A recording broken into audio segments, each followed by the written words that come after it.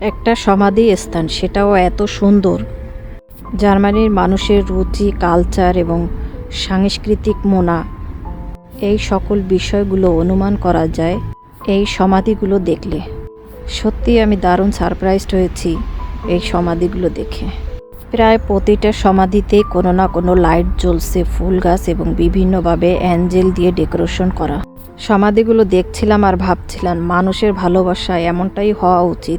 জীবনের শেষ নিঃশ্বাস পর্যন্ত সমাধিতে যেয়ে যেন বাতি জ্বালানোর মতো কিছু স্মৃতি অবশিষ্ট থাকে। সমাধির পাশে যে এক ফোঁটা চোখের জল ফেলার মতো মানসিক অবস্থা থাকে।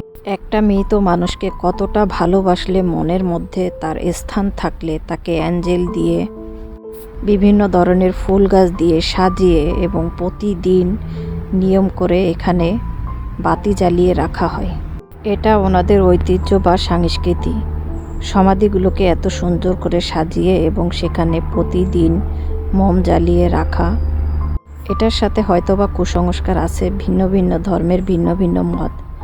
তবে সব মিলিয়ে সমাধিগুলো যে এত সুন্দর করে গুছিয়ে রাখা, তাদেরকে স্মরণ করা, এই জিনিসটা কিন্তু কম ধৈর্যের ব্যাপার না।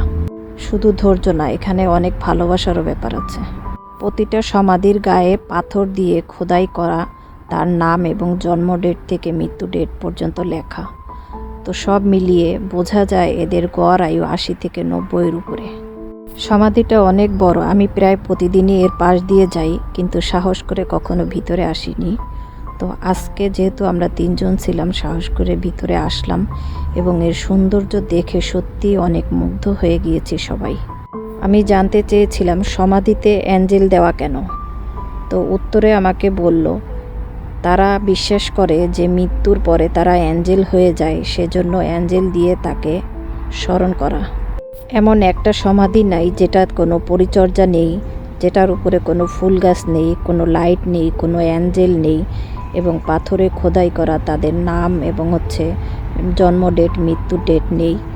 আমরা যখন সমাধি থেকে বের হয়ে আসি তখন দেখলাম একটা বৃদ্ধা তার একটা সমাধির সামনে বসে সেটাকে পরিচর্যা করছিল এবং সেখানে মোম জ্বালাচ্ছিল এবং তাদের যে ধর্মীয় রীতিনীতি আছে সেগুলো সে বসে বসে পালন করছিল।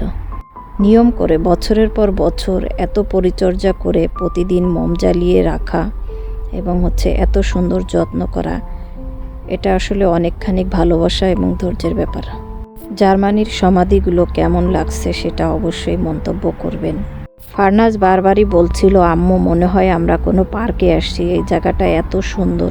তো ফার্নাসকে বোঝালাম যে আম্মু, এটা মৃত মানুষের সমাধি স্থান, এটা কোনো পার্ক না। তো ও খুবই অবাক হলো যে আম্মু, এত সুন্দর মৃত মানুষের সমাধি স্থান।